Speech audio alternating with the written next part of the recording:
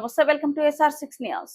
ఎల్కతుర్తి మండల కేంద్రంలో కేంద్ర మంత్రి పదవి బాధ్యతలు చేపట్టి ఎల్కతుర్తి మండల కేంద్రానికి విచ్చేసిన బండి సంజయ్ కుమార్ కి బీజేపీ కార్యకర్తలు, నాయకులు బాణసంచ పేల్చి డప్పు చప్పులతో ఘన స్వాగతం పలికారు.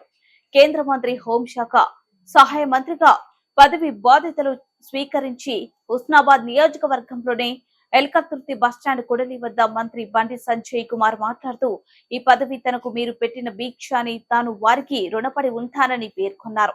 ఎన్నికల వారికి రాజకీయాలని, తర్వాత అందరూ ఎమ్మెల్యేలు, ప్రజాప్రతినిధులు, నాయకులను కలుపుకొని వెళ్తానని, అభివృద్ధి ధ్యేయంగా పనిచేస్తానని ఈ సందర్భంగా మంత్రి బండి సంజయ్ కుమార్ పేర్కొన్నారు.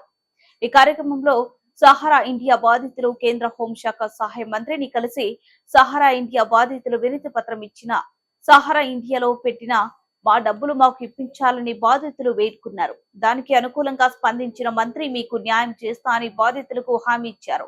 మండల బీజేపీ పార్టీ అధ్యక్షులు కుడితాడి చిరంజీవి, JSR మధుకర్, రాంపల్లి అశోక్, దేవేందర్ రెడ్డి, వర్ధన్, పెరుగు మధు, బీజేపీ కార్యకర్తలు పాల్గొన్నారు.